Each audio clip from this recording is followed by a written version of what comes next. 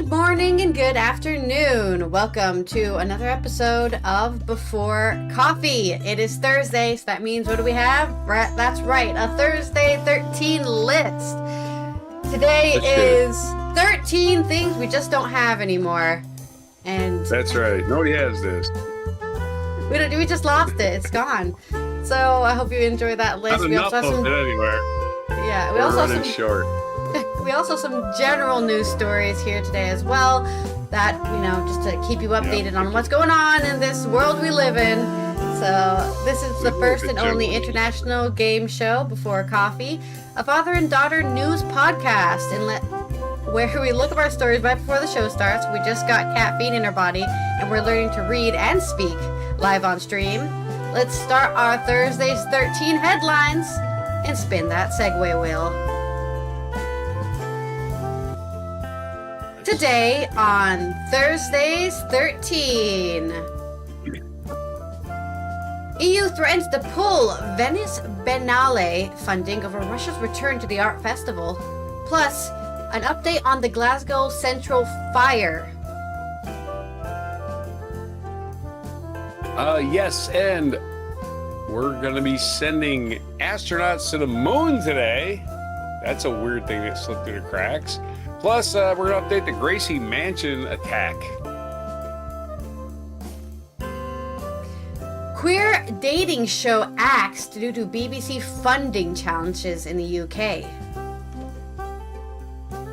Sweet. And also on Thursday's 13, we're going to quickly run through a list of 13 things that people just don't have enough of anymore. From an old guy's perspective. In my culture news, Billie Eilish set for big screen acting debut in Sarah Polley's adaptation of The Bell Jar. Interesting. Got some feminist literature there. Oh yes, and it's National Plant a Flower Day. It's got summer right away yesterday or this week here, so get out there and plant a flower. Hope it's warm where you are. It's March 12th, 2026 on Before Coffee.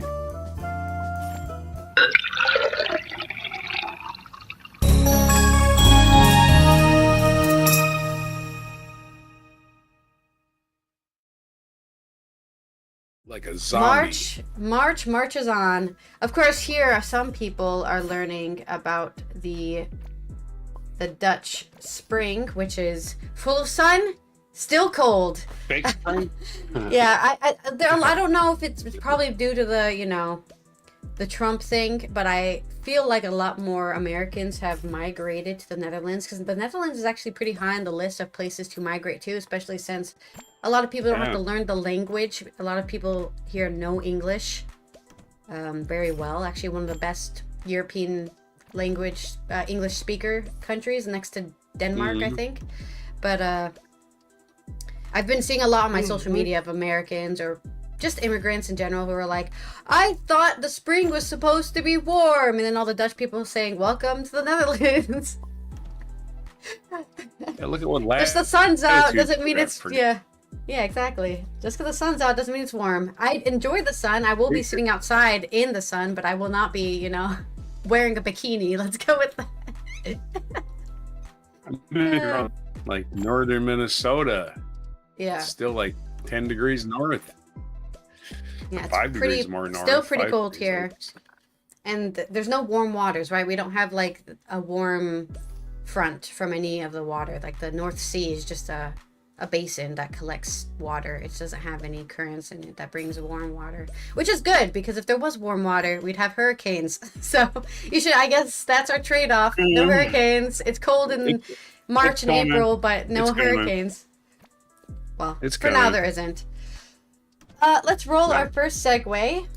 Don't forget our first stories. Oh, Canada loosened I think Canada loosened their immigration rules for, like, if there's Americans that immigrated from Canada, like my ancestors did, our ancestors did, at least the Stewarts did. I can actually apply for Canadian citizenship. And that was only my great-grandfather, by the way. Yeah, that not very far away. It wasn't that far back. I mean, he was alive during my dad's life. My dad was probably damn near 30 when he died. When he was 20 something. And yeah, that's pretty That's pretty crazy. Back then, even. Oh, I wonder if Germany has that too, because I got the same thing with my other great grandparents, right? Yeah, some countries have. Some countries are. The only place I've looked in is, I think, like usually some Commonwealth countries like the UK, right? They say if you migrated around the 1800s or something, you like if you have a grandmother who lived in our country in the 1800s, you can apply for citizenship. But I think that the time is getting less and less as our farther and farther or closer and closer away. So I think it used to be like 1820 and now it's 1840, you know, because they want to let less and less people in, so they increase the how many generations Canada's ago. got so much room. Canada's got so much room. They got just so much room, you know. What are you talking about? They have none of it. I don't think I can settle there. I don't think I want to settle that far north anyway. But anyway, let's Associated as our first segue for my first story, just one, and this is some EU drama as always that I love to talk about on here. So we get associate. There we go. Associate with the EU threatening to pull Venice Biennale funding over Russia's return to the art festival. That's right. This is from the Kyiv Post. The European Commission has warned it could withdraw funding from Venice Biennale after organizers decide to allow Russia to participate for the first time since its full-scale invasion of Ukraine. Like I said, I think on Tuesday, everyone just, who cares? Russia has been in war. We've given up. We don't care about them attacking a country anymore. Earlier this month, the International Exhibition declared that Russia would be allowed to participate this year, saying the decision reflects its opposition to any form of exclusion or censorship of the culture and arts. The event is held every 2 years, and this year will take place between May and November. So basically, the last time they had one was 2 years into the war, so it was still fresh. So they're like, you're banned. But now it's been 4 years. I thought it was about steroids. This is art, so you can do steroids and make art all you want, I think. That's not one of the rules. I think even most people are on drugs when they make art, to be fair. So that'd be a crazy rule. No drugs in our art, our culture and art festival. Wait a minute, everyone here is on drugs. I guess we're all banned. The event is held every... that LSD, man. He's juiced on ecstasy. In a joint statement on Tuesday, the 10th of March, Technology Commissioner Heina Rikkunen and Cultural Commissioner Glenn McAuliffe said the move to bring back Russia's pavilion after 4 years was not compatible with the EU's collective response to Russia's brutal aggression. Member states, institutions, organizations must act in line with EU sanctions and avoid giving a platform to individuals who have actively supported or justified the Kremlin's aggression against Ukraine, they added. So if there's an artist who is like, invade all the countries, Putin, they're probably not invited to this festival. That guy's not invited. But if there's just neutral artists out there who happen to have been born in Russia, they can be, I say neutral. Because all you have to do is not say anything to be put on a side, right? So I assume everyone's neutral if they haven't said fuck Russia. And to be honest, you can't say fuck Russia because you probably get put in a gulag if you do. So they probably can't actually say that. Member states. Oh wait, sorry. Yeah. If Russia's participation goes ahead, they will examine further actions, including the suspension or termination of an ongoing EU grant to the Biennale Foundation, which organizes the event, the statement read. More than 6,000 artists, academics, curators, journalists, and political figures signed an open letter this week urging the leadership of the Venice Biennale to address the implications of allowing Russia to participate. And that hasn't really changed anything, I guess. Italy's government also come out in opposition to the Biennale's move, saying that it was made entirely independent of Rome's wishes. Although organizers of the Venice Biennale never officially barred Russia, the country had been absent from the event since 2022's full-scale invasion of Ukraine. So right after they invaded, which would have been in February, right, they didn't show up in May and April for this festival in 2022, and then they didn't show up in 2024, I guess. And then now they're, I guess, being I don't know. It sounds like they were barred in 2024. Ukraine has also protested the decision. Venice Biennale is one of the world's most authoritative art platforms. It must not become a stage for whitewashing the war crimes that Russia commits daily against the Ukrainian people and our cultural heritage.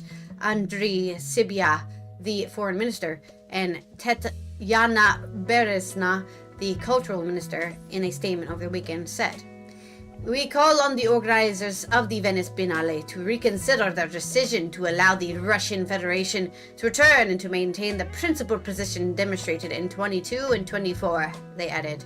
Meanwhile, the Kremlin has gloated, because they always will, with Mikhail Shydovkoy, Vladimir Putin's special representative for international culture cooperation, describing the decision as further proof that Russian culture is not isolated and that attempts to silence it undertaken over the last 40 years by Western political elites have failed. I wish you could be silenced, because I'm tired of hearing from you. It's so funny for somebody in Russia being like, we've been silenced on the global. Then why am I hearing you right now? Why am I able to see your quote if you've been silenced on the global theater? You know? You seem to be speaking just fine. And also, there's plenty of Russians that aren't currently living in Russia that have been making art and putting it places. So, yeah. Okay. Once you leave Russia, I guess you're not Russian anymore. Wish that was true for the Ukrainians being, murdered right now. Being reprogrammed. Yeah, reprogrammed. Give me your associate. Oh, I associate this. I already did that. It was the Olympics, all these other athletic competitions where it's like, they don't even care about your politics. They just want you not to cheat in the gay events. And that's why Russia's banned for basically all these other things, right? I think they would even be allowed in the World Baseball thing, even though they get stomped, just for, community, right? Anyway, that's my association. Yep. Next story good. Or next spin? Nope. Next spin. So let me give you a... I'm not feeling awake yet. That's good. That means you can go back to sleep. What'd you get? Alliteration headline for your story. An hour, huh? Alliteration headline talking about the moon. And one of these days, Alice, zoom, we're going to go to the moon. And that day is today. You remember the honeymooners? The old, yeah. If everything goes right today, there are going to be some astronauts from NASA. They're going to be lifting off. It says, this is a story from HoustonPublicMedia.org. NASA astronauts are returning to the moon. Houston's Johnson Space Center will get them there. Well, they're not giving them a ride. Well, they ain't giving them a ride, but, they're lifting a... Let's do the story. Anyway, it's going to be launching from Florida, not from Houston. But the Space Center is still in Houston because back in the day when they made this thing, LBJ was president. He had a lot of, influence. So anyway, Jeff Radigan. Wait, let's do the, somebody write this article. Michael Atkinson. Okay. Jeff Radigan, the lead flight director for the Artemis II space mission, sat at a table at this Kennedy Space Center, Florida, alongside his lunar compatriots for a news conference in January. Oh no, this is for a frickin' picture. Here we go with them. Let's do this again. Okay, no need for a picture. Radigan, a NASA veteran, more than 20 years, was one of the team flight directors of the uncrewed Artemis mission that orbited the moon in 22. Now he will lead the most complicated NASA mission in more than 50 years. At that point in January, NASA was considering launching the Artemis II historic mission around the moon and back in just a matter of weeks. A reporter asked if the manned mission was being rushed, even bringing to mind the disastrous Challenger explosion.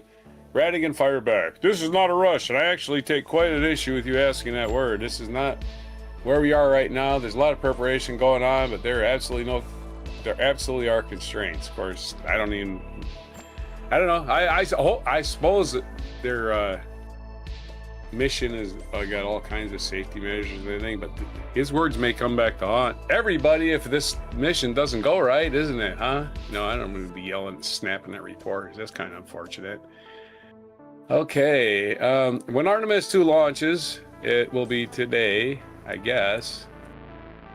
It said March 12th, but now maybe they're taking it back. So there's no real news in this, huh? Artemis 2 is NASA's first moon mission, bound mission with a crew of astronauts since 1972. It will end the Apollo program. At the end of the Apollo program, on its 10-day mission, Artemis will launch from Cape Canaveral, Florida, orbit Earth twice, and fly back to the moon.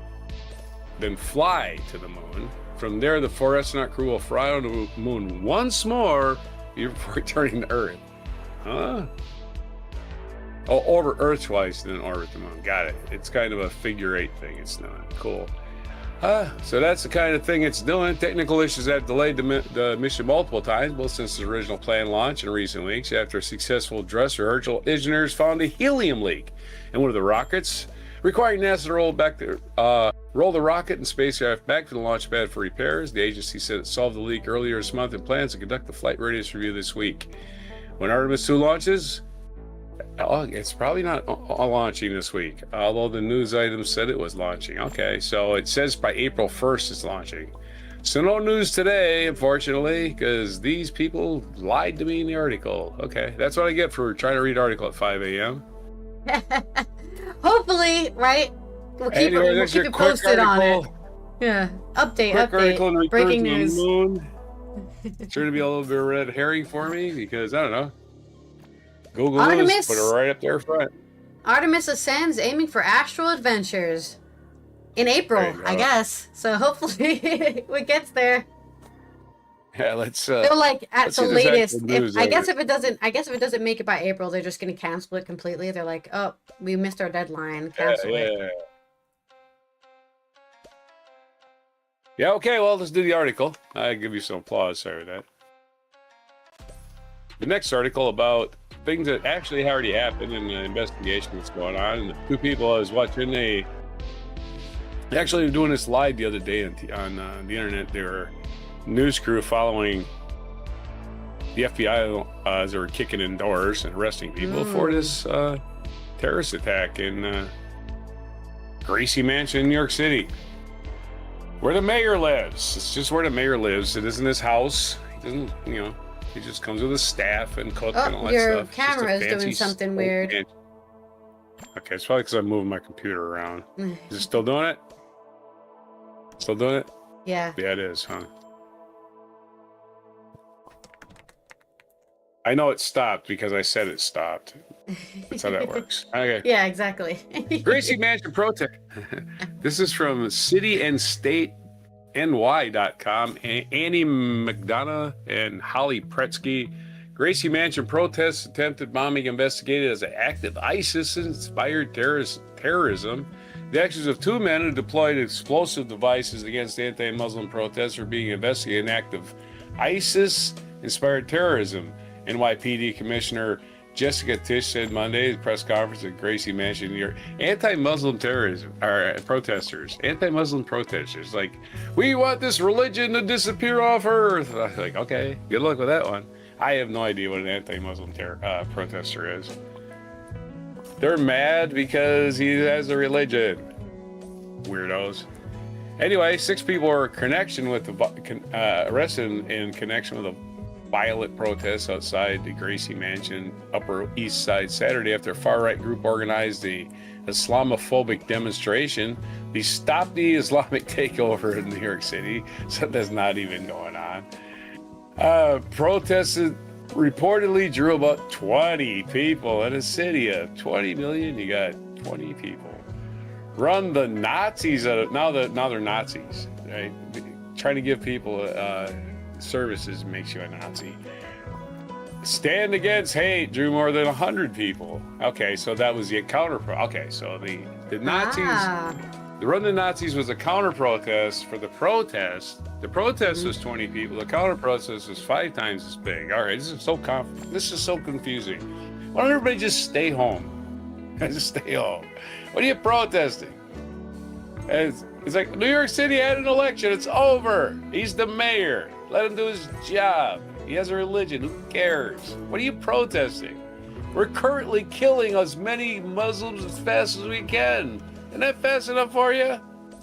As the two groups clashed, an individual connected with the anti-Muslim protests used pepper spray against counter-protesters and was arrested.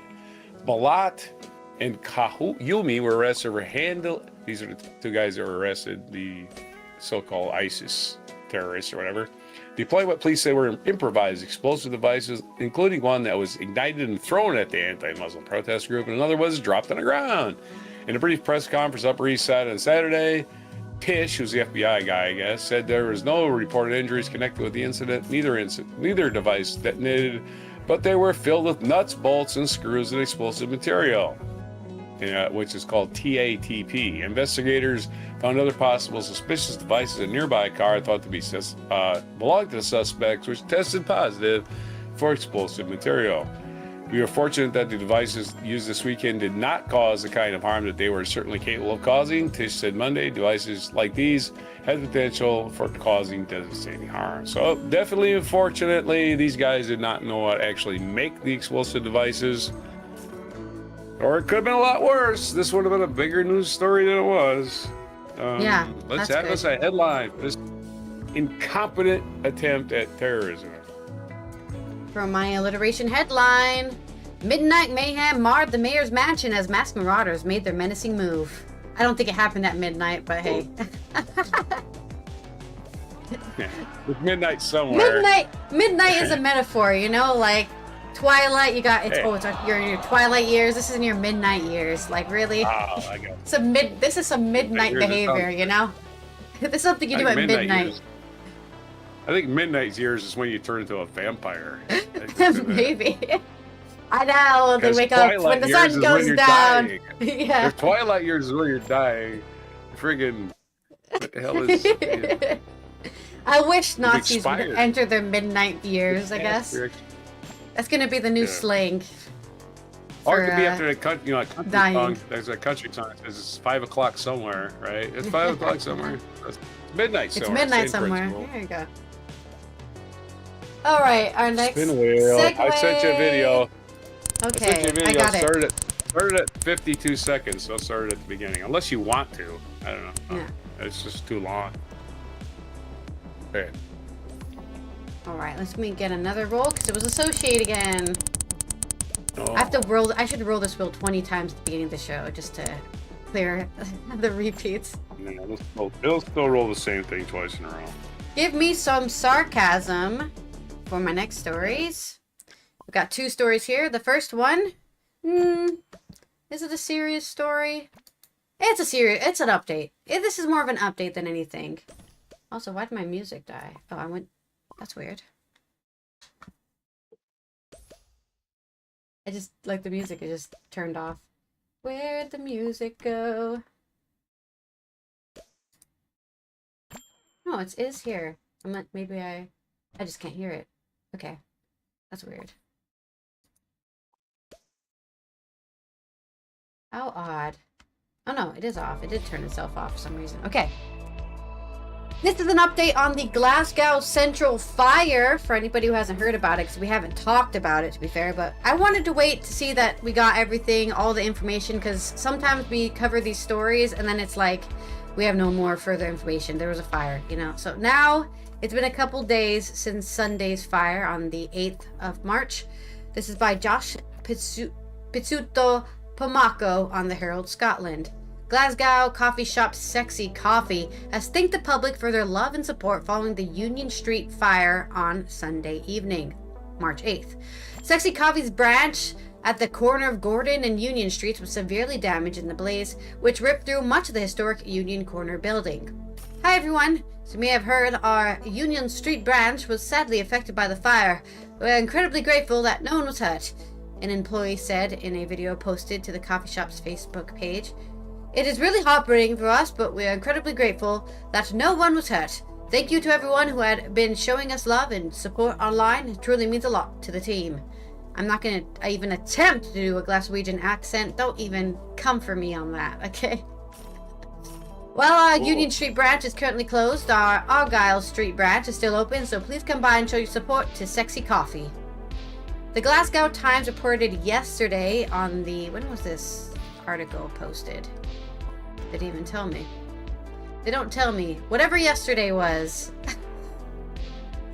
Whatever yesterday. Could have been Tuesday, could have been Wednesday. At the where they reported that Sexy Coffee Chief Executive Gianluca Veres had vowed to rebuild the eatery. He said, "We are devastated by what happened and still very much in shock.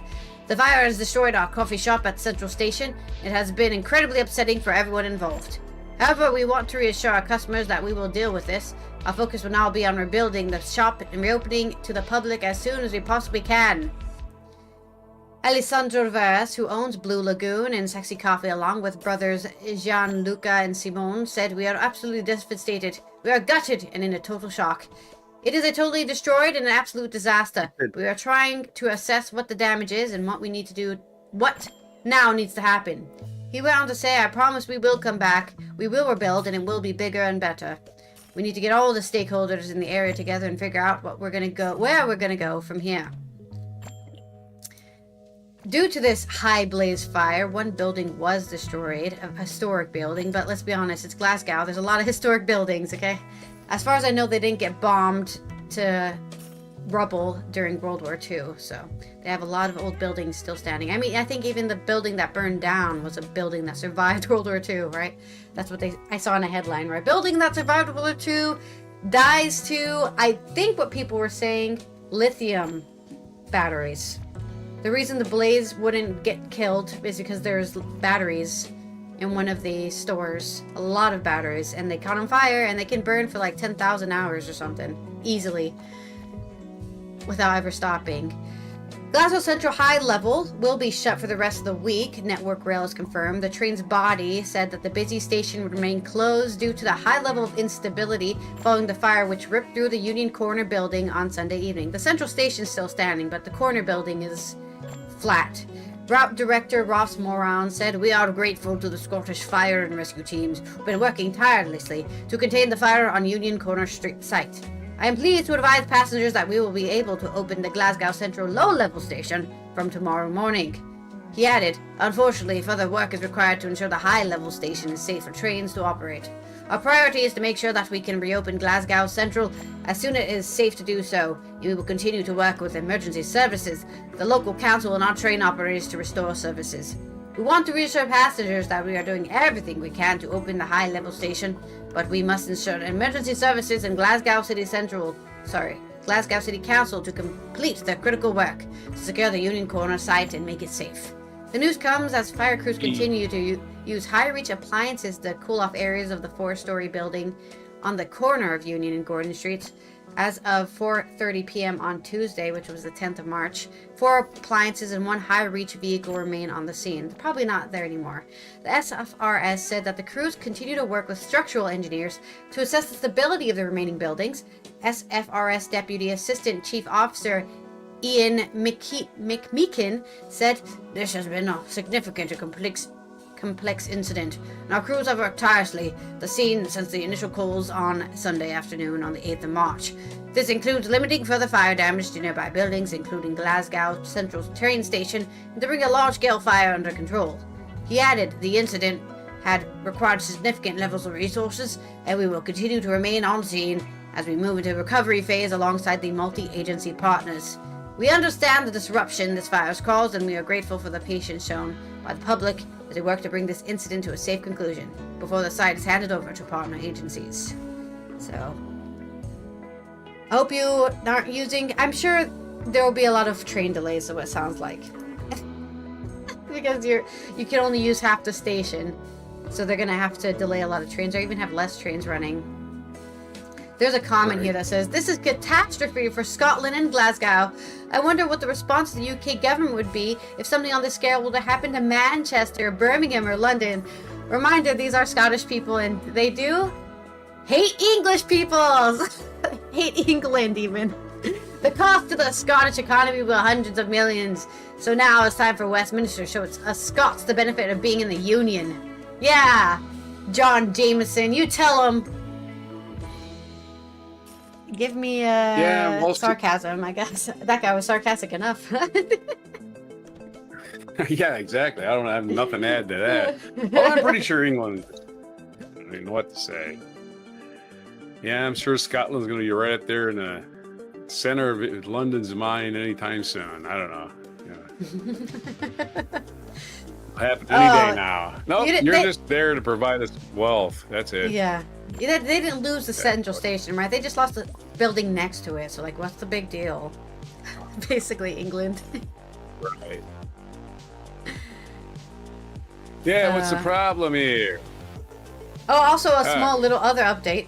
The vape company which caused the fire, at least that's what everyone's saying, they're the one who caused the fire with their 5,000 batteries in their, the back room, has changed their address because they got so much hate that you can't actually contact them. The company which owned the vape shop has changed their address, moved out, and said we're getting out of town before we get our building attacked. Well, that's a failed business, and maybe they're going out of business because maybe they might be charged, right, for bad battery management or something. Not storing their batteries properly. Yeah. Well, that's what the investigation's for, to find out what caused, like, were they actually keeping things in order. That's what bribery's for. So. My next story is some bad news for people who like watching lesbians or gay men kiss, because the queer dating show is being axed for funding challenges. This is by Marcus Ratton on the Pink News. The BBC has axed I Kissed a Boy and I Kissed a Girl, the UK's first LGBTQ+ dating series. In a statement first published by The Sun, the BBC stated that there are no current plans for either show to return after season 2 of I Kissed a Girl, which is set to return to screens in the spring. A spokesperson blamed funding challenges for the shows getting the chop. We are exceptionally proud of I Kissed a Boy/Girl, the UK's first dating show for the LGBTQ+ community. We would like to thank our fabulous Cupid, Danny Minogue, and the entire team at Twofold for bringing the series to screen, the statement reads. Unfortunately, we have to make the difficult choice in light of our funding challenges, and there are no current plans for the show to return. In a statement, pop star Danny Minogue, who hosts the show, said the making of the show had been the most special experience in her TV career. Thank you to Twofold Productions and BBC for allowing me to be part of I Kissed a Boy and I Kissed a Girl series. It's such a powerful, important show, she said. No, this isn't culture. I mean, it is culture, but it's not my culture segment. It's so proud. I'm so proud that the show has given us the chance to celebrate so many people from the LGBTQ+ community who have made up our wonderful cast. I can't wait for you to see the brand new series of I Kissed a Girl, bringing all the excitement and joy that this show represents. The integrity and intention of why I Kissed A was created, along with the love and care for the crew and the production of the 4 seasons, has made it the most special experience for me in almost 40 years of television. Danny Minogue is from Australia, but I can't do an Australian accent. I Kissed a Boy, which was the first dating show on British TV to exclusively feature men, gay men, I guess, LGBTQ gay men, queer men. First aired in 2023, the groundbreaking series returned for a second season in 2025. I Kissed a Girl, which followed the same format but featured queer women. I like how they say LGBTQ+ men, but then they say queer women for the next sentence. I could have just said queer men then. Yeah. Acronym is just a mess. Yeah. I'm sorry. It aired its first season in 2024, so the girlies followed after the next year. The premise of the both shows sees 10 singletons enter an Italian massiera before instantly matched up with someone they might be compatible with, before even learning each other's name. They kiss and then meet other couples in pairs. So they kiss first, talk later. During their massiera stay, the singletons mingle with each other and build new friendships and romantic connections. At the kiss-off, each pair decides whether they want to stay together by sealing the deal with a kiss. Those who remain unkissed leave the show, while new bachelors and bachelorettes enter at various points. The second season of I Kissed a Boy proved to be even more groundbreaking by featuring Lars Fellows, the first trans contestant. In addition to being hosted by Minogue, Strictly Come Dancing star Leighton Williams and presenter Charlie Marlowe narrated I Kissed a Boy and I Kissed a Girl respectively. The show's cancellation comes amid a turbulent time for queer representation on screen. Last year, Netflix prominent queer dating show, The Ultimatum Queer Love, was axed after just 2 seasons, with other queer-led shows, including Boots and Olympio, also getting the chop. According to GLAAD, 4 in 10 queer characters who were on TV screens between 24 and 25 won't return in 26. That's almost half. Meanwhile, stars including Olivia Colman, Alan Cumming, and Bowen Yang have spoken about TV and film commissioners being too nervous to champion queer stories in an age of increasing diversity, equity, and inclusion rollbacks. Online fans and former stars of I Kissed a Boy and I Kissed a Girl have lamented the show's cancellation. Sad to see, a show that needed to happen, wrote Mikey Connor on Twitter, who appeared on season 1 of I Kissed a Boy.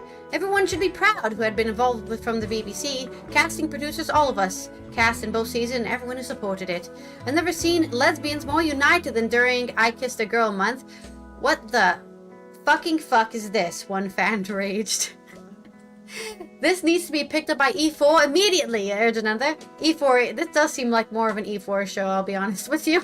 The format is great, and it's been super important for the community, whilst also instrumental in telling a wide spectrum of LGBTQ plus stories. So, I mean, I guess make your voices known about the queer dating show. I don't watch reality TV shows, so this doesn't affect my life, but I think it's important to have coverage for everybody who's doing stuff, like kissing. I don't think it is. I would be glad. My sarcasm is I'd be glad if they take all of these dating shows off. That would just delight me to no end. I never watch them. I don't care. And if I want to watch porn, I'll watch porn. I don't need my fucking TV to fucking feed me porn between commercials. Thank you very much. That's all I got to say about that. It's like dating shows they blow ass. They all do. It's all rigged anyway. They're all whispering in everybody's ear. That's usually true. You know, yeah, the reality shows I watch are like the ones that American Pickers who learn something. I know it's set up. I know these people are definitely making money off this shit, right? I gotta make an extra $5. Bullshit. I mean, in a way, some people go on reality TV shows to become famous, right? It's like, oh, famous star Screw from them. this thing. No skill in life. Is now starting a podcast. You're a grifter. I'm gonna go on a Dutch reality show just so I can post. Don't forget to watch Before Coffee. Oh, that's another thing when they're like talking like celebrity deaths. Yeah. Before Coffee. Let's make this a reality show. You just follow me around. Oh boy, that'll be boring. But they'll say, oh, somebody died and they're from a reality TV show and that's all they ever did. Is that what you're about to say? Yeah, it's like they're a celebrity. They're not a celebrity, folks. Check the ratings of that show, right? Did anybody even watch the damn thing, right? It's just a show nobody fucking watched, for God's sake. Even the most popular of these shows, they got like 100 viewers at a time, you know, on the cable or on the app or something. It's like they're on there forever. It's like, did you miss that episode? No, because you can't miss anything anymore. You can just watch it anytime. Exactly. Nobody cares about TV. It's a fucking joke that people. Have you seen it yet? Is the real question, right? Why do people sit around and think, "Whoa, anybody's gonna watch this show tonight? It's at 8:00." Like, why would they fucking make plans? They can just watch it anytime. The TV ratings thing is a silly thing anymore. Yeah. I don't watch anything new, for one thing. Most of the things I watch are on like Netflix, and they've been out for 10 years. Well, to be fair, you did try watching some of the new like Oscars, like Oscar-nominated films and stuff last year. You said. Yeah, I watch movies. I'm not talking about. I'm talking about reality TV shows and crap like that. I wouldn't even say. Can't even think the last time I watched a reality TV show. A reality show's canceled at their 4. Oh no, you'll never see it in reruns. You'll never be able to watch the entire. You'll never be able to sit down for 12 hours and watch every episode. Right? I think. If I want to watch some people get into drama, I just watch panel shows or like Taskmaster or something. At least I know technically those are all famous people. So. But, a 4-year run for a TV show is pretty damn long, by the way. I was gonna say I think that's not too bad, but. Like they said, they're more worried about it because, what's the argument here, I guess, is you can't normalize something if you never see it. So when you take it off TV, right? Seeing boys and I girls don't want to kiss normalize. each other. I don't want to see I guess. anybody kiss in any movie.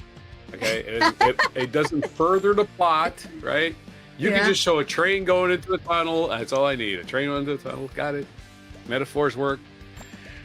Get on with the fucking movie, and literally not with the fucking but with the movie. Anyway, but let's do this rest of the show. Next metaphor for to me, our Thursday's 13 list.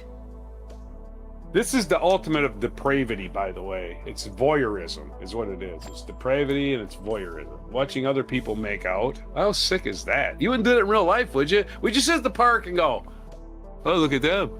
I bet you they're using tongues. You know, you wouldn't do that.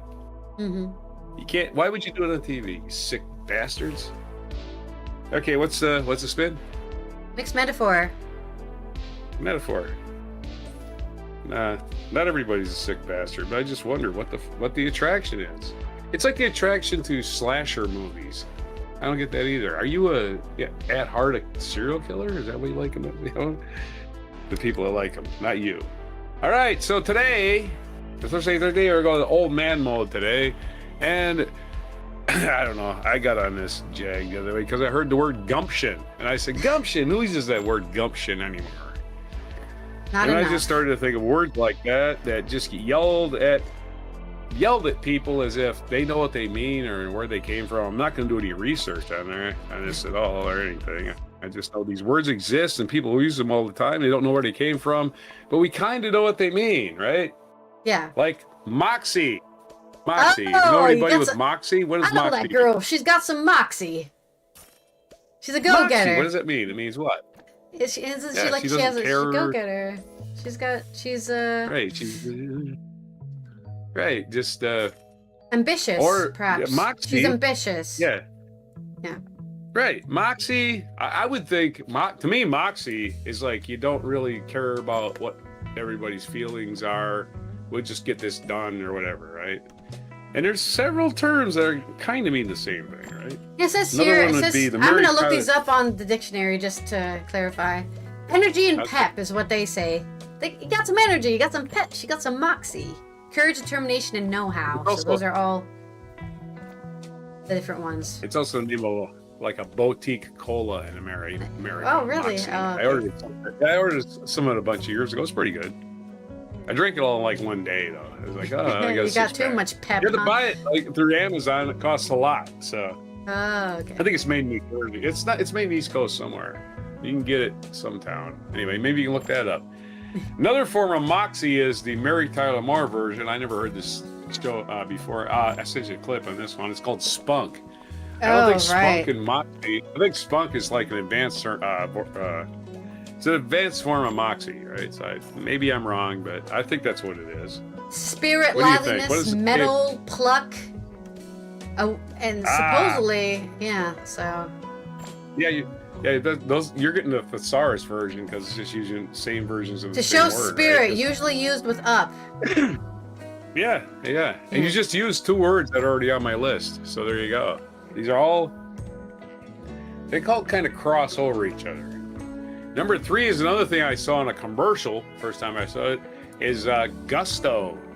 Gusto. Does anybody who ever know what gusto is, right? Technically Spanish or something, right? And they just Americanized the word, or maybe Well, Italian. I don't know. I never heard it until I grew up with a beer commercial. And Schlitz said, "Go for the gusto," and of course, gusto is the everlasting feeling of having accomplished something. I don't know. You tell me what gusto is. A gusto here, it says gusto is enthusiastic, vigorous, vitality marked by abundance of vigor, an individual or special taste. So yeah, and I did look up its etymology, and its etymology is Italian, so it is an Italian word that got subsumed by English. There's a story we could have done. There's a story we could have done today. We'll do it tomorrow. The Pentagon ordering the lobster fucking expensive dinners all the time and putting on a taxpayer's bill. Yeah, we're gonna get to that. Gusto is what Pete Hegseth has when he's going after his third cocktail. Number 4. This is the Hispanic version. Cajones. Another loan word. Nobody has the cajones anymore. No, especially Congress. Very few people have cojones. It's usually a freaking sideways thing. They're never coming straight at you. They're like, "Grr." Nobody just comes and has cojones. Just another word for sack, nuts, balls. You know, you don't care. Cojones. It's actually really interesting. According to etymology, according to etymology, cojones is an American Spanish word, as in it's not originally a Spanish word from Spain. Exactly. It's These aren't probably really words. no, but I'm just saying it's probably a word that was from some sort of indigenous language, and it got combined with another Spanish word to create a new word. It's a synthesized word of two cultures. Cajon is a box. It's a box, and it's meant to be, you know, you're gonna stand up for yourself or no, right? You got no cojones. You got no cojones. You're gonna let that guy kick your ass. You've got no box to stand on. You've got right. No cojones. And the first one I started out, there was a gumption. I think gumption is just, you got a lot of nerve. You got a lot of gumption. Nobody has enough gumption anymore. For God's sake, you're sitting around.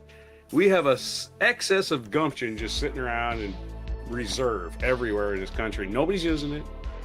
Totally unused gumption. Yeah, total excess gumption, because nobody even knows what gumption is anymore. They just know how to use it. You give somebody a bag of gumption, initiative, put it in the fridge. We'll save it for later. I don't need this common gumption sense, today. horse sense, even. You got no gumption. And you're right. This is one of the first words that actually has no origin. Unknown origin. Literally don't know where this word comes from. It started showing up in 1719, so it might be an indigenous word. Even. Probably. Yeah. Could have been. It's probably from the West. I think it's from the Old West. I think it's from them sidekick. Well, I said 1719. It's before the West. Well, the West has always been there.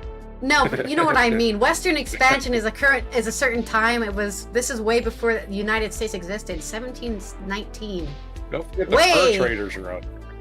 The fur trade. The fur trade learned it from. And don't forget somebody. And the conquistadors. Don't forget that. Oh yeah. Okay. Maybe. Okay, but they had gumption. They had gumption. Now the conquistadors had some gumption. Anyway, if you have gumption or you don't have gumption, it comes. If you don't have gumption or do have gumption, right? These come as a pair. They come with grit. If you have gumption, you definitely have grit. Because if you didn't have grit, you wouldn't have gumption. They just go together. If you tell me what grit is, I'll let you know. But you hear this in sports a lot. That guy's got grit. That usually means he has no talent, right? Firmness of mind or spirit, unyielding courage in the face of hardships or danger. Sometimes I guess you could say foolhardy in some ways, right? You have so much determination that you're kind of foolish. I'm going to get this done stubbornly. Also, supposedly grit is also a liberal in Canadian politics. So if you ever hear a Canadian say, she's a grit, they're talking about a liberal politician. No, never heard that. Well, and we're sticking to the G's. Canada, so.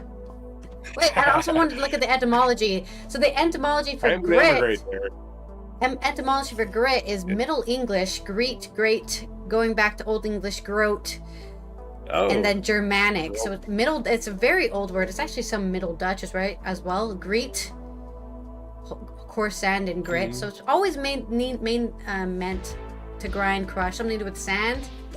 And I guess because sand is stubborn, maybe that's how it got turned into grit.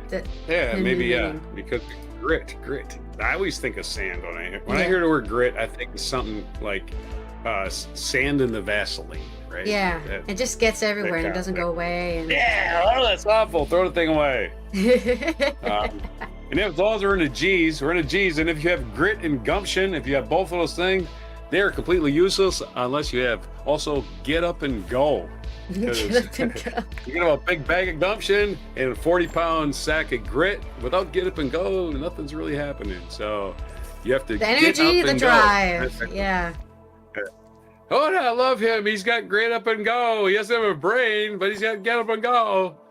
The first use of get up and go was 1906. Oh, really? So there you go. Yeah. That's some fun for you. Get up and go. It's also a song by the Ruttles. If you know that. Great. Get up and go. Get up and go. The fake Beatles. The Ruttles. The first mockumentary. mock rockumentary, I should say. Number 8 is a Yiddish word, chutzpah. Yeah, Yiddish. Yeah. The Jewish populations were banned from speaking Hebrew, believe it or not, in a lot of countries. So they invented their own language called Yiddish. And chutzpah is, sack, gumption. It's a combination of all these things, I think. I don't know. On here it says here it's supreme self-confidence. So maybe like ego, more like that. And usually you say something like they sure. If you And you gotta usually say like somebody who has the nerve. I can't believe you have the nerve or the gall to be like that. So a chutzpah, you have the nerve, you have the gall. Yeah, a lot of these are just a version of the same thing, like a more in personality trait. Yeah. Tenacious. Tenacity is another one. It's not even from on the here, late Hebrew chutzpah.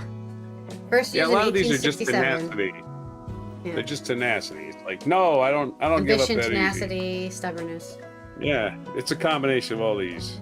Number 9 is backbone. You hear this one a lot. Doesn't anybody have a backbone anymore? I'm always talking about backbone. Does. I'm always saying, What's get some backbone. I'm always saying that. Get some backbone. Wow, or you're a spineless jellyfish. Be firm and resolute in your decisions. Firm, resolute. There's another one. Resolute. These are all terms that just say, I don't have a reason to change my opinion because my opinion is based on facts. So stop trying to sway me, that kind of thing. I don't care about your stupid personality traits. They don't influence Ignore the populism, ignore the polarization, and just get a backbone and make your own decision. Stop waiting for somebody else to tell you what to think. I am absolutely sick of the people in this country that just don't stand up for their own fucking self. I'm looking at you, Ted Cruz. Anyway. Good Lord, Ted Cruz is smarter than Donald Trump by 1,000,000 miles. He went to Harvard. You don't get into Harvard, right? Unless you chair but your he test. acts like he has no fucking brain. Just a fucking moron, right? I'm gonna kiss ass my entire life. No backbone. Number 10, metal. We covered this one before. Metal, METTLE, metal. Similar which to is similar to a lot of backbone. things. We brought it up earlier when we were talking about, other things, right? Like cojones, I think.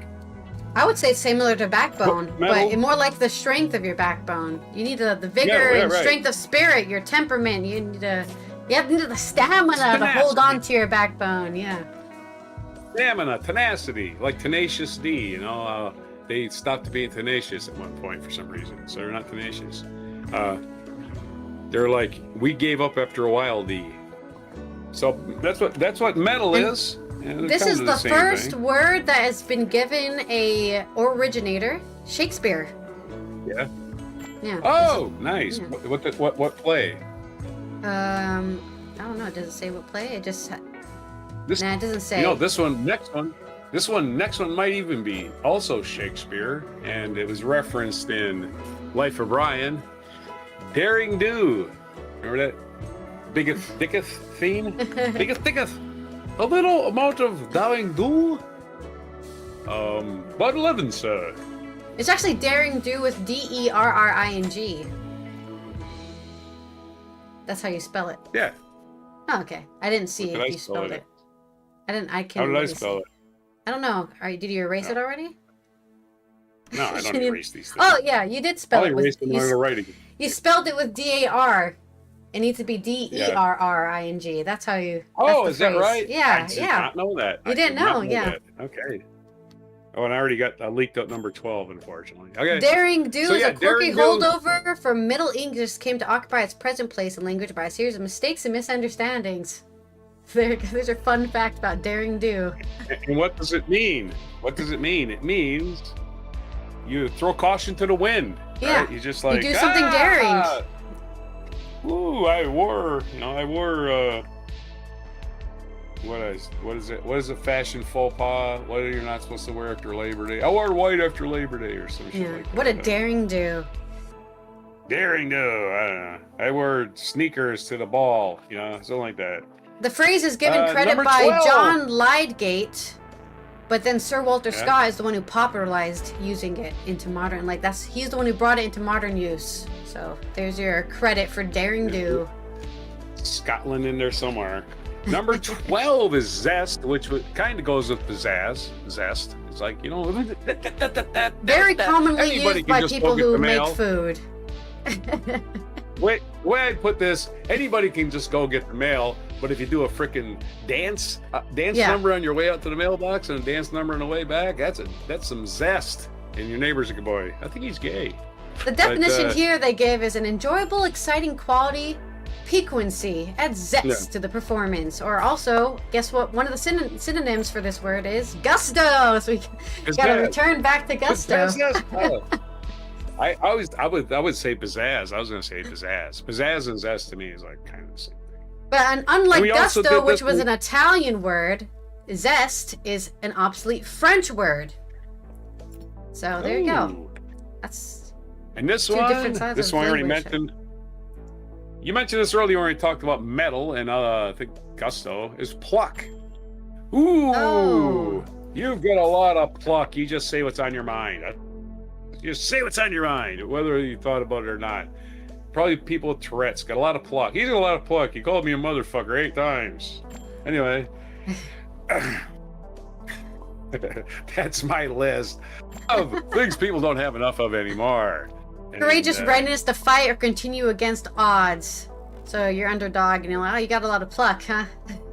Gonna go up there? That's right. Yeah, we all originally a Middle English word, also Middle High German too, to pluck. So if you find yourself lethargic today or any day in the future, sit around and think, am I missing any or all of these 13 things? And it's likely you're missing multiple. And go find some. Because you're lethargic, right? You got gusto and you got pluck laying around. And you're just letting it sit there and collect under your couch or something. You got a whole freezer full of gumption. Get it out. Thaw it out. Also, I did look up on a different source what the origin of gumption is, and according to Etymology Online, gumption is originally a Scottish word. So it comes from the reminder that Scottish is also uses some Old Norse words. So it comes from the Old Norse word garm, which means like heed and attention. So the sense of initiative. Wow. Gumptious. Nice. There you go. So I was like, it's very odd that on what is a Webster dictionary online, it was like there's no origin to this word. That's not true. Somebody out there had to do their master's degree on this, right? I'm just saying, I know academics. Somebody out there was like, I need to figure out what the fuck this word comes from. So somebody had to figure it out, and somebody on Entomology Online figured it out. All right. You have a spin. Yes, let's spin our wheel. And I'm you had a segue. What was your segue? Oh, my segue. Oh, well. Metaphor. I guess all these words have the chutzpah and gumption. Continue. I mean, the whole thing was metaphors. So we're gonna zest it up. We're gonna zest it up with some pizzazz, and language is missing some zest and gusto. I want to say a lot of these are advertising words. I think advertisers. I thought advertisers thought of all of these words myself, but maybe I'm wrong. No, I mean, it looks like a lot of those. Yeah, I mean, like we said, like a lot of those words were discovered or created and popularized by Walter Scott and Shakespeare. Some of them probably. Who even knows where they came from? Right, 1719. When was that? That was not Madison Avenue wasn't even built in 1719. 1500s, I think. Shakespeare. That was a Jacobite rebellion era right there. All right, go spin for me, I guess. And I did send you a video, pun. So. Yep. We got a bad pun. Bad pun. Scallops.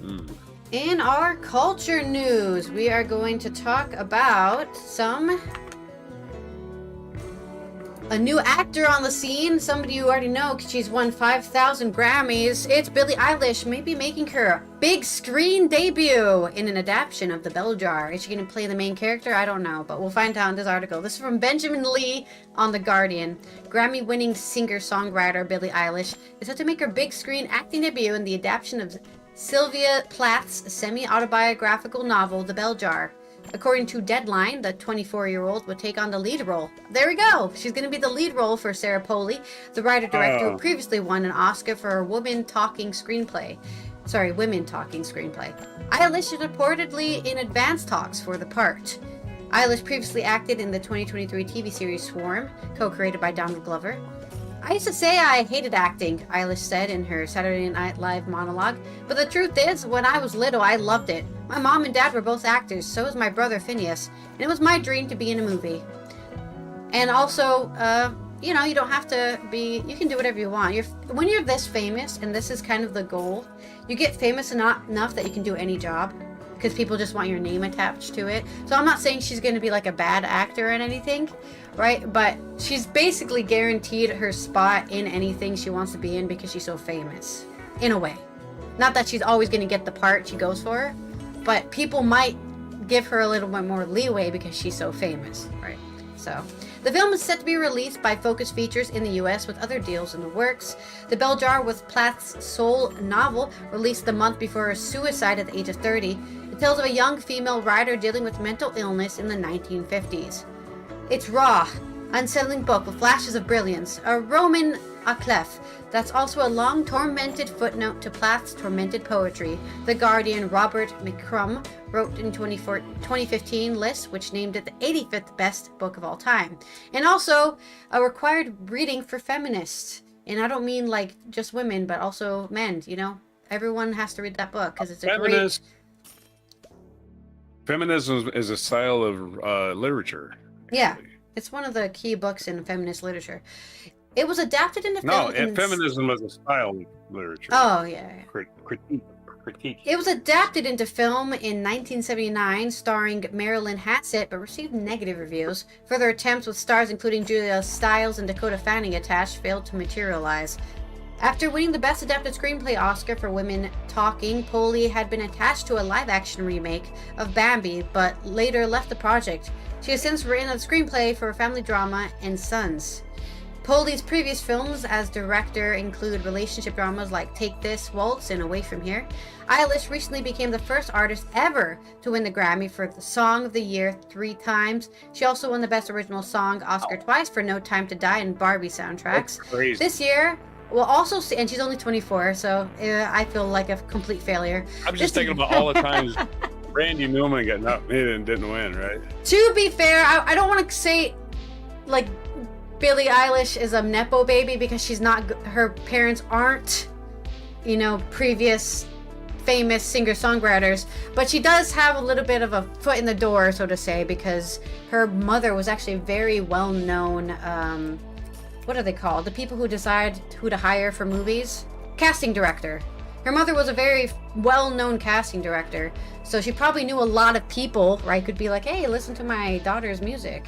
Hey, you should have put her on your radio station or something. You know, something like that. Which is fine. That's how the real world works. You need to get a foot up on things. You don't just get lucky and then everyone knows who you are. That's so rare. So I'm not discounting her talent because she had help. Everyone needs help. This year, we'll also see the theatrical release of Billie Eilish Hit Me Hard and Soft, a 3D concert documentary from James Cameron, recently pushed back to May release. We're refining the cut, dialing in cool, new 3D tech, adding some special behind the scenes we know you'll love, Cameron wrote on social media. So Billie Eilish is still riding that roller coaster high, and she should, because you never know when it's going to come crashing down, especially in Hollywood. And she is a LA girl, so she probably knows that better than anybody else. I mean, she used to want to be a ballerina, I think, or a dancer, and then she had a terrible injury, and her career was over. It's just like canceled, you know? You're not going to be able to dance anymore. So. I think she won the Oscar 3 times. Yeah, she won Oscar 2 times for her. Oh, okay. Her soundtrack, Okay, being on the the spy Okay, movie, James Bond soundtrack, She and the became the Barbie youngest soundtrack. two-time Oscar winner. Two-time Oscar winner. I was looking up. That just reminded, because she won for original song. That just reminded me. I remember Randy Newman. Who I think he finally won for Toy Story, right? 22 nominations for Best Song. 22, and he's only won twice. That's like, phew. Randy Newman must be sitting there at home going, "Oh, I got an Oscar nomination. Should I go this year? Fuck it, I ain't going." They never give it to me. 22 times. That means he lost 20 times. Like, showed up and lost. I don't know if he showed up every time. Anyway, my point of this chorus is, she made this movie, but she barely made it. You could say she made it by an eyelash. Oh!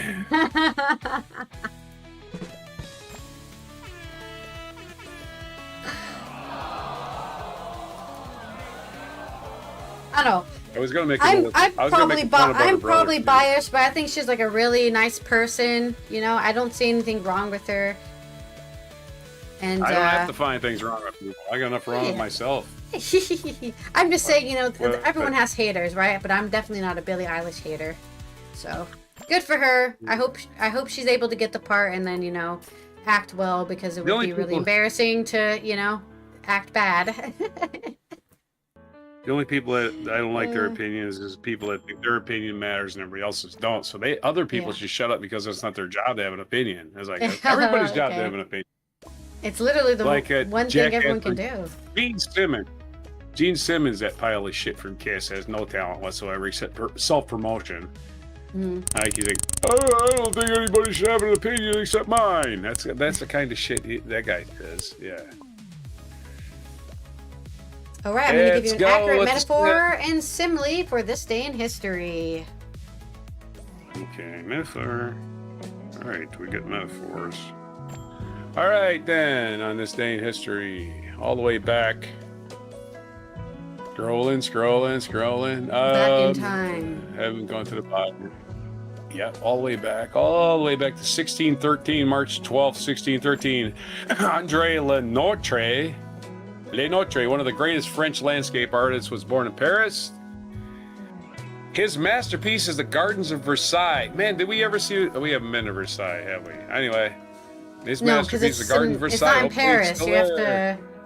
You have to go somewhere else. It's a landscape architect. Oh yeah, we gotta go check that out someday. Next time I'm in France, I'll be roaming the countryside. I think that's a good plan. Don't you think? Get a bike and just roam the countryside. Yeah, you've said that multiple times, and you can totally do it. I believe in you. I'm not gonna do it, but you can. 1804. In 1804, Samuel Chase became the first U.S. Supreme Court justice to be impeached. Wonder what the hell he did.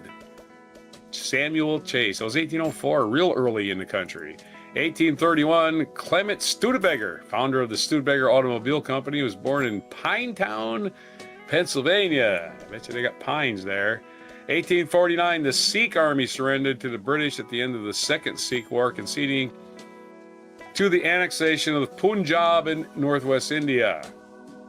1912, Juliet Gordon Low formed the first troop of American Girl Guides, later known as the Girl Scouts, in Savannah, Georgia. Yes, we got our cookies. They're already gone. That was weeks ago, anyway. 1922, novelist and poet Jack Kerouac was born in Lowell, Massachusetts. He's the one that was the leader of the Beat movement, known for his On the Road book, the movie On the Road, and the fun that he had with dropping acid and hanging out with hippies, I guess that's what you said. 1933, U.S. President Franklin Delano Roosevelt gave his first fireside chat on the radio. Address became a source of hope and security for Americans during the Great Depression and World War II. Yes, he said, "Hey, everybody's got a radio in their house. Let me talk to them." A brilliant maneuver. Kept people, no TV, right? No TV at the time. You just sat there. Oh, president's going to give us a jest. He's going to make us all feel warm. Great propaganda move, right? No doubt about it. 1940, Finland agreed to Soviet peace terms, including a secession of Western Karelia and the construction of a Soviet naval base on Hankou Peninsula To end the Russo-Finnish War. I bet you didn't even know that was a thing, right? Oh, I know But all I about know that. now. Yeah. I started watching that Finnish movie, Sisu, the other day. I gotta finish watching that. Sisu. Yes. Anyway, 1947. U.S. President Harry Truman became known as the Truman Doctrine when he asked Congress to appropriate aid for Greece and Turkey, both of which were facing communist threats. The Truman Doctrine, I guess, got us into Vietnam, got us into Korea. Oh no, communists! Somebody out there sharing their sandwich. We better stop it. 1947. Mitt Romney was born in Detroit, Michigan. Happy birthday to Mitt. I don't know, ran for Senate as an anti-Trumper, got elected as an anti-Trumper, state anti-Trumper, the whole Mitt Romney, what do you say? I don't agree necessarily with his politics or anything, but he does have gumption and he does have a backbone. So hats off to Mick. Definitely he's got cojones. Mitt Romney, happy birthday. Born in 1947. 1946, singer-songwriter and guitarist James Taylor was born in Boston, Massachusetts. So he's got the same birthday as Mitt Romney, only born 1 year later. For some reason, Mitt Romney seems 25 years older, right? than James Taylor. Politics, man. Politics. What? Yeah. Politics makes you go gray. Yeah, I think Mitt Romney was born 46, right? He was 46 and he had a suit on. Yeah. 1980, John Wayne Gacy was convicted of murdering 33 boys and young men. He was later sentenced to death. Why children fear clowns to this very day. He was the clown, the party clown for children's, was killing. Yeah, he was a sick fuck. John Wayne Gacy.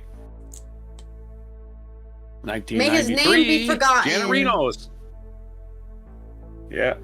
Although some dumb bimbo politician was in John Wayne Gacy's hometown and kept telling the people in the crowd that it was John Wayne's hometown, and everybody's like, "Hey, from here, you're talking about the child killer.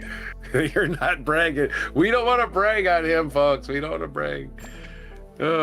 It's important to read all your notes, not just the first two words. John Wayne was born here. No, John Wayne Gacy. 1999, Poland, Hungary, and Czech Republic became members of NATO shortly before the group's 50th anniversary. Happy anniversary. Happy 27 for that.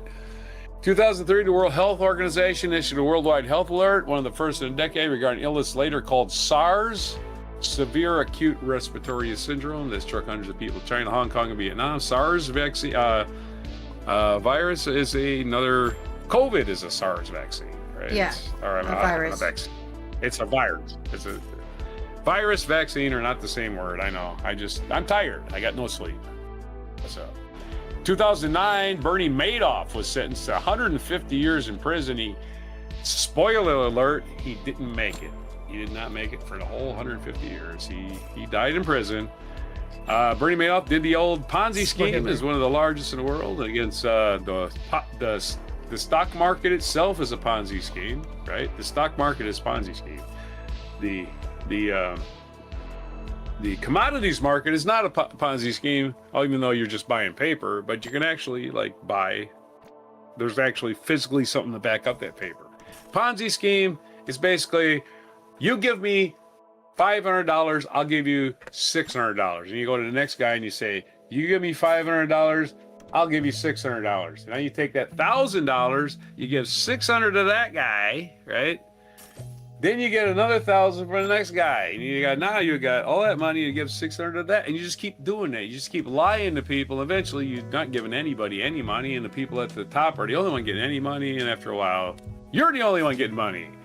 Yay! And you're getting all of it, and then you're rich. That's these scams. And then everyone goes, "Wait, why the fuck are you buying your 5th yacht? Wait a minute, I've been Ponzi schemed." But he ripped off a lot of powerful people, so that was his big mistake. Yep. Same thing with Epstein. Epstein. Rip off powerful people. They'll put your ass in prison. Yeah, it's kind of like, why did Martha Stewart go to prison for insider trading? That's like the freaking national pastime, right? Yeah. Oh, I get it. Because he pissed off somebody rich. Somebody rich missed out on the more fortune that she made or something. That's had to be it. Yeah. 2015, American architect and designer Michael Graves died at the age of 80. He was one of the principal figures of postmodernist movement. Our featured event is 1930, Gandhi. Remember him, Mahatma Gandhi? His Salt March began. On this day, 1930, a small group of Indian citizens walked toward the sea, intending to produce salt from seawater rather than purchase it from the British. The group led by Mahatma Gandhi started this Sabarmati Ashram and headed in the direction of Dandi on the Gujarat coast. Hundreds of Indians joined along the way, inspired by protests. Indians broke salt laws across the country. More than 60,000 people had been arrested by the end of the year. The Salt March would be the major force in exposing the realities of British colonization to the world. It ultimately helped dismantle the British presence in India. Long article. But there you go. The Salt March began on this day, 1930. Hats off to Gandhi, who didn't even wear a hat, even though it was really hot. Jane Delano is our feature biography. He was born March 12, 1862 in Montour Falls, New York.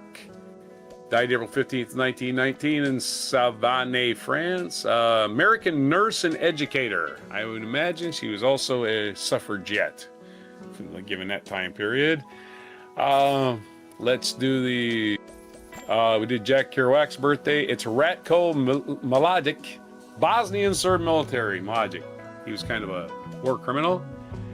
Bosnian Serb military leader. Liza Minnelli, born this day. Judy Garland's son, or son, daughter, whatever she is. Liza Minnelli, happy birthday. She's turning 80 today. Happy 80th birthday. Liza Minnelli. We also mentioned Mitt Romney and James Taylor. Happy birthday to them. Born a year apart. National Day calendar. It is National Popcorn Lovers Day. I love popcorn, especially picking out of my teeth later. National Skin Barrier Day. Skin barrier. Wear a hat. Wear them clothes. It's going to get hot. The sun's coming up now a lot earlier. March 12th, birthday. Let's see. March 12th, Plant a Flower Day. Good day to plant flowers. National Baked Scallops Day. I love baked scallops. I just can't eat them. National Working Moms Day. So it's all those days. If you're a working mom, don't try to do too much baking of scallops. You're probably gonna have to reheat some microwave food later, but you're a busy working mom, and hats off to you too. So those are your days. Your no haikus. Our early show.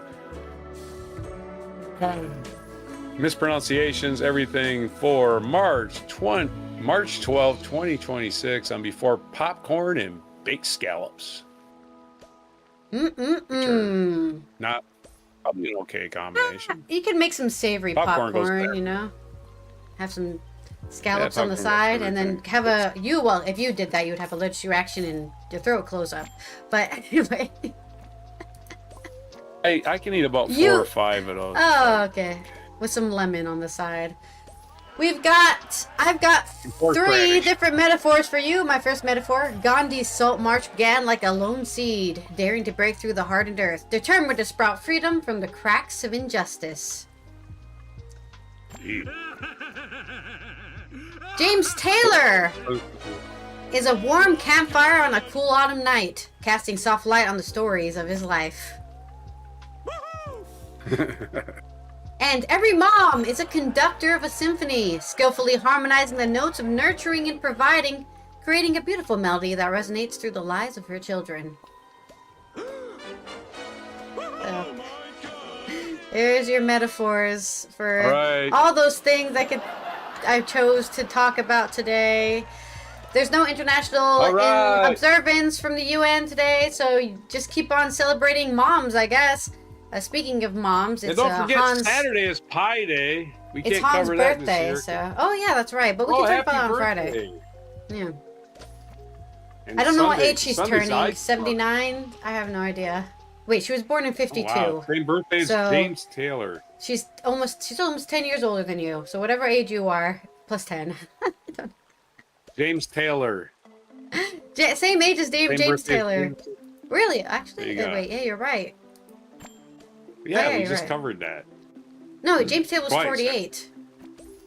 Sorry, I thought you meant the same. Yeah, I thought you. I thought you. Birthday. Yeah. I thought you meant the same time. He was born before. Anyways, this has been Allison here from the East Coast, not the Netherlands, and Roger from the East Coast of the US. As we finish up another Thursdays 13, don't forget to go find your gumption and your zest and do something with it instead of sitting down all the time. We will see you tomorrow for Friday's news dump, in which we will cover all of the news you need to know before the weekend, so you don't gotta worry about it.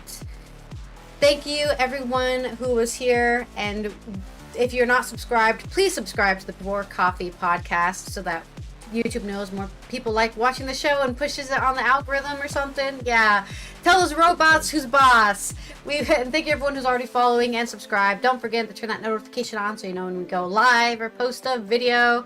And here is our mic drop moment. Look, miss, I was just about to have a drink and I wouldn't mind some company. Yes. Want one? Oh, no, I thank don't want to you. be out of sync. I said I wouldn't mind some company.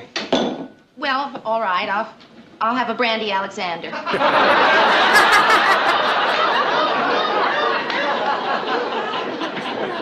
How about some coffee? You think I drink the That'll cheap be stuff?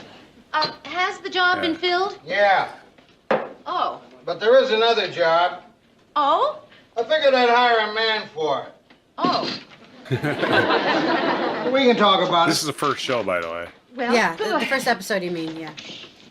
Hey, you live in my favorite neighborhood. Oh, really? Well, I just moved in. Is it that nice? Nice. Some of the best saloons in town are over there. How old are you? 30. No hedging. No, how old do I look? Why hedge?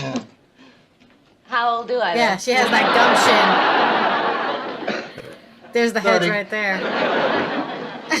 What religion are you? I just thought Mr. you Grant, looked I way don't younger than quite 30. know how to say this, but you're not allowed to ask that when someone's applying for a job. It's against the law. Want to call a cop? No. Good. It's Would not you something think you I call was a cop for. violating your civil rights if I asked if you're married? Presbyterian. Presbyterian. Well, I decided I'd answer your religion question. Divorced? No. Never married? No. Why? Why? You type? Mr. Grant, there's no simple answer to that question. Yes, there is. How about, no, I can't type, or yes, I can? There's no simple answer to why a person isn't married. How many different reasons can there be? 65. Parts per minute. My typing question. Yes. I'm choosing Look, which miss, would you answers try answering the to get. questions as I ask them? Yes, Mr. Grant, I will, but it does seem that you've been asking a lot of very personal questions that don't have a thing to do with my qualifications for this job. Look at that gumption. She stood up. She has a backbone. You know what? You got spunk. Well, I hate spunk. Tell you what, I'll try you out for a couple of weeks, see if it works out. If I don't like you, I'll fire you. right. You don't like me? I'll fire you. Yes. That certainly seems fair. What's the job? The job is that of associate producer. Associate? Something wrong? No, I like it. Associate producer? The job pays $10 less a week than the secretarial job. That's impressive. That'll be fine. If you can get by $10 a on week. 15 That was a less lot a week, in the 70s. Yeah. I'll make you producer. Hey! No, I think all More I can job. afford is associate producer. You can start tomorrow. Oh, well, that's just wonderful.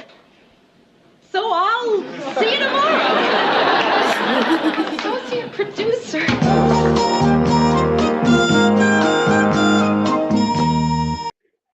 There you go. There's There we spunk go. being used in There's our context. spunk. Yeah, Mary Tyler Moore, who already was a star when she started that show. She was doing the Dick Van Dyke Show.